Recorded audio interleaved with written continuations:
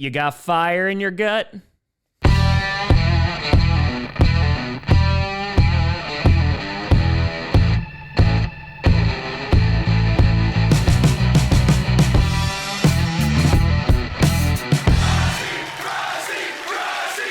Grossi Posse Packer Nation. Welcome to an episode of Packcast, a podcast where you don't have to be a Packers fan, but it sure does help. I'm your host, Tom. Pshoo, pshoo, pshoo, pshoo. Explosions. Grossi, and today we are going to be talking about the breaking news that the Green Bay Packers have officially hired their defensive coordinator for next season, and that is former Arizona Cardinals head coach Jonathan Gannon. And now, of course, it's a little bit surprising that this news broke today because the last thing that we heard from Rob Demovsky of ESPN was that the Packers were going to be waiting to talk to Jim Leonard, who they could have had this conversation with after today because there's that gap between the Super Bowl and also the AFC Championship game. And, of course, if the Broncos lose today, then they could have talked to him and potentially hired him. But instead, they decided to go out and get Jonathan Gannon. And now Jonathan Gannon was getting multiple interviews, and I think the assumption was that he was going to be offered a job if the Packers let him leave. And so what did the Packers do? They did not let him leave. And I feel kind of whelmed about this. There's aspects about this hiring that I do like. There's others that do give me a good amount of concern. And I think one of the things that gives me the most concern, but it's not really applicable here, is how Eagles fans felt about Jonathan Gannon. If you remember just a couple of years ago, Jonathan Gannon was the one who was the defensive coordinator for the Eagles during their first Super Bowl matchup with the Chiefs, which they ultimately lost. Eagles fans were not very happy with that game plan as they wound up getting diced up in that fourth quarter. And ultimately, very shortly thereafter, he took a job with the Arizona Cardinals as their new head coach. Now, the issue with that was that Jonathan Gannon and the Cardinals, they got in trouble for tampering. And because of that, they had to do a pick swap in the draft in which the Cardinals gave up some better picks to the Eagles because they were chatting with Jonathan Gannon before they were allowed to. And so I know many Eagles fans who do not like Jonathan Gannon, and it feels kind of similar to how Lions fans feel about Ben Johnson. No, Jonathan Gannon didn't go to a rival team, but after coaching up this defense and then leaving, there's some Eagles fans that have that perception of like, hey, he wasn't really prepared for the Super Bowl. He was thinking about getting his next head coaching gig, and also it delayed Vic Fangio from coming into Philadelphia as well. So yeah, there's no love lost between Eagles fans and Jonathan Gannon. But like I said, I don't think that's really applicable here because now he's just going to be the Packers DC. And while he could get a head coaching job in the future,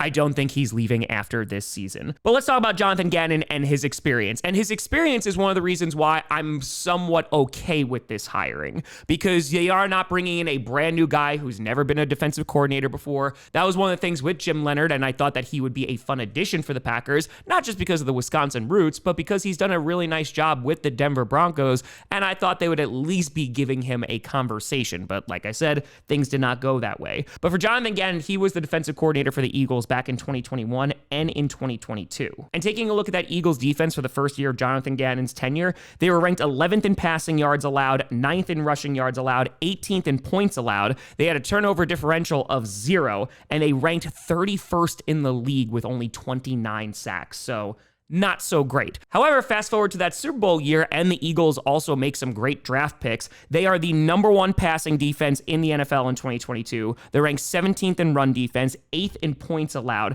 They're +8 in turnover differential. On top of that, and this is the one I'm really excited about, they went from 31st in the league in sacks to number 1 with 70 sacks on the season. So that gives me, that's real interesting because now you're pairing Jonathan Gannon with Micah Parsons. In addition, they also tied for 4th in the league with interceptions at 17. The previous year, they tied 21st with 12 interceptions. And so this is one of the reasons why Jonathan Gannon was given a head coaching job. What he was able to do in Philadelphia on paper was really damn impressive. Now, I remember those Eagles defenses, and of course, I do remember the Super Bowl, and there were times that they did allow some big-time plays. They did get burned if that pass rush didn't get after the quarterback, but they also had a really damn good pass rush because they ranked number 1 in sacks that year. And so his time as a defensive coordinator, I think he has proven that he can be a good DC. However, when he became the head coach of the Cardinals, and this is very important, he did not call plays for that Cardinals defense, which I do think matters,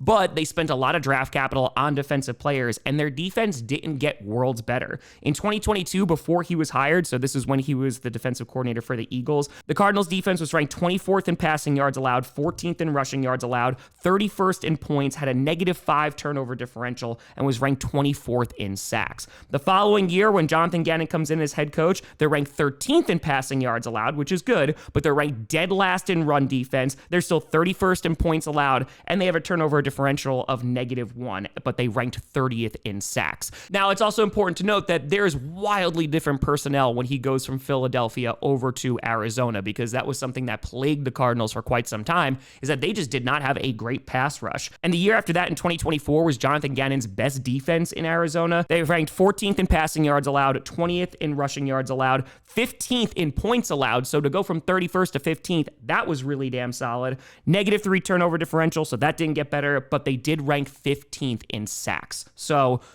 at least they went from 30th to 15th, but this last year was just abysmal. 24th in passing yards allowed, 25th in rushing yards allowed, 29th in points allowed, and -2 in turnover differential, and they went back down to 28th in sacks. So yeah, things did not get better. And there was a lot of injuries, and even with the turnover differential, their offense wasn't good. So again, there's lots of things that you can point at.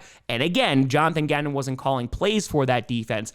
It's just not a great look when you're bringing in a defensive guru for what he was able to do in Philadelphia, and he doesn't really make the defense a whole lot better. Now, obviously, he's back as a defensive coordinator for the Green Bay Packers. And again, there's things about this that I do like, because when we were talking about the Packers and what they do next, I really think that these next 2 years are going to be pivotal for Green Bay. That is their Super Bowl window. I'm not saying that they can't win a Super Bowl afterwards, but just with the collection of contracts and who's going to be a free agent and who's going to then start commanding more money, or it's going to hit the cap space a little bit harder. Jordan Love, Micah Parsons, them on this kind of, I don't want to say team friendly, but more team friendly than it's about to become deal. Yeah, they have to strike while the iron is hot. Now, unfortunately for the Packers, they don't have a first round pick for the next 2 off seasons, and the Packers still need to address some major issues with that defense. We'll see what goes on with Rashawn Gary, but they have to address that secondary. They made that safety unit much, much better over the past few seasons, but their corner room is not very good, right? Carrington Valentine didn't have his best year this year, and I like Carrington Valentine. But the guy also, they didn't spend a lot of draft capital on him. Valentine just came in, and he already was a starter, and plus they needed bodies. Keyshawn Nixon, he's been through his ups and downs. Of course, they bring in Nate Hobbs, and he was injured the minute that he came into Green Bay, and so we haven't been able to see him play healthy. Hopefully that makes a difference, but at the end of the day, they still need to get bodies back there. They just released Trayvon Diggs, which is a surprise to nobody because no one was going to pay him on that contract. But the point is that even though the Packers are going to get better on defense because of Micah Parsons coming back healthy, because of Devontae Wyatt, you still have concerns about that secondary. And when you're looking at Jonathan Gannon, let's just say, for example, you brought in a guy with no defensive coordinator experience, you're probably going to have to wait to see his scheme fully implemented, and that's probably how it's going to be this upcoming season as well, with the loss of Jeff Hafley and Gannon coming in and trying to, make things his own. But I think it's a shorter window for them to get things up and running just because he's an established DC before. If you had a coordinator coming in with no previous experience, I would worry that the lag time is going to be a little bit too much. And again, when you're trying to capitalize in this 2-year window, the Packers need to win right now. And the thing that makes me really happy is the fact that they were able to get after the quarterback so efficiently back in 2022. If they can replicate those results with a guy like Micah Parsons, yes, it's not only going to be fantastic for the defense overall, but it's going to make that secondary look better regardless of who they get back there. Again, they still need to address that. Don't get me wrong. Please address that, Packers. But if they have a really damn good pass rush, which I imagine they're going to have a better pass rush than what they had this season, yeah, I feel a little optimistic about that. But again, I think there's also valid concerns here because that Cardinals defense, while it improved in some metrics for like 2024, Overall, it did not get much better. On top of that, I think you're also evaluating Jonathan Gannon as a head coach, and that did not work out in Arizona. Yes, he was not going to a great spot regardless, and yes, you could talk about the differences in personnel between the Eagles and the Cardinals, and also the Cardinals and the Packers. The Cardinals don't have a Micah Parsons. However, there's still some trepidation on my behalf just because, yeah, I don't know. I would just like to see better results in Arizona, but it's not completely and totally his fault, especially when it comes to the defense. Now, just being able to come back and be a coordinator with one of the best pass rushers in the NFL, I'm just hoping that they can get back to that 2022 level. And hell, if it's a springboard once again for Jonathan Gannon to go take another head coaching job, that's great. Just please win the Packers a Super Bowl first. So yeah, that's where we are. The Packers hire their new defensive coordinator. They couldn't get Parker because he signed with the Cowboys. Flores, he wound up extending with the Vikings, and they did not want to wait for Leonard because they did not want to let Jonathan Gannon leave the building. So that's our new DC. Again, as a head coach, not really impressed, but that one Super Bowl appearance that he had with the Philadelphia Eagles gave him that head coaching job with very little experience, and I think he's at least proven that he can be a good defensive coordinator. And honestly, that's all we want at this point. And now, we just have to worry about the special teams. But let me know what you think down in the comments below. You know, I saw me at TomGrossiComedy.com, and a big shout and thank you to all the Patreon and YouTube members for supporting this channel. And thank you so much for watching. I'm Tom Grossi, and as always, go Pack, go.